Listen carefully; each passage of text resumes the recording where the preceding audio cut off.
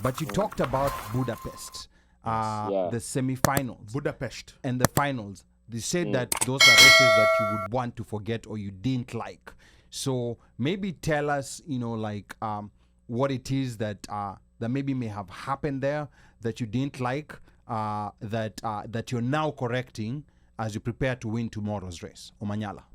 Yeah, in Budapest, I know what happened, and that's an in-house. When I say in-house, it's Team OMANYALA's in-house. Okay. We really know what happened, and we don't really want to have that happen again. Of course, we know what happened because for us, we know what happened, which I don't really want to share on media. Okay. And my day one was really perfect. Like my hits after my hits, I knew we had it in the bag because I knew nimekimbiza Lyles ka mtoto, so I knew this one we were going to win. So going into day two, my body was just out. And of course, like I said, we know what happened, so that we're going to correct, of which we have started doing that correction. And we don't want that to happen at the Olympics because the Olympics coming next year is bigger. And it was frustrating because I was getting in as the world rank number 1 in 100 meters, and then getting out as number 7 wasn't so good. Okay, so for some people, they see that as an achievement because, you've got in the finals, you're among the fastest 8 guys in the world. But for me, that's not me. My target was not to be the 7th fastest guy in the world. I want to be the first. I want to be the best. Okay. So that's me. And of course, you are going to correct that as we move forward. Okay. All right. Good. Now, there's a couple of people who Well, are already here. Ali, 1 minute, just on that. Not that I want to get into much into that, but just on that, another question to add up on that race day preparation. Yeah. So, as you said, you can prepare everything. You're ready. You're ready. You're set. You're going, and things happen. You can have something happen in your start. You can have something. So, is in a situation, let's say you're there, the race starts, and maybe you feel like it should have been a false start, but it wasn't a false start, and the race is on, and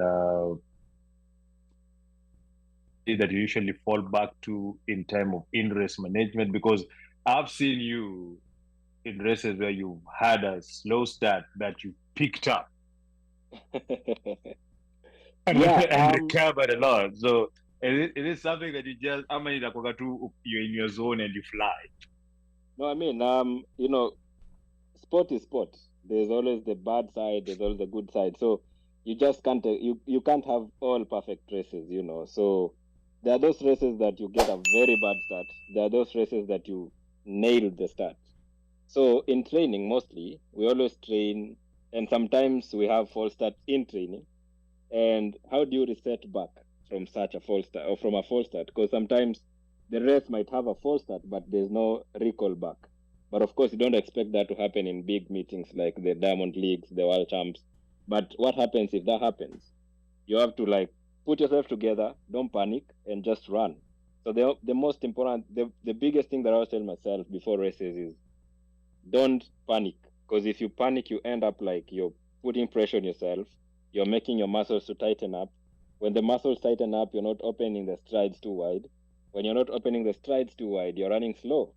So in a race, every time I have a bad start or anytime I feel like I'm in the pack with the guys at 30 meters, just breathe in and breathe out and let it flow. Because when you do that, you've trained, you believe and trust in your training regime. So that means you've trusted yourself to be in that race.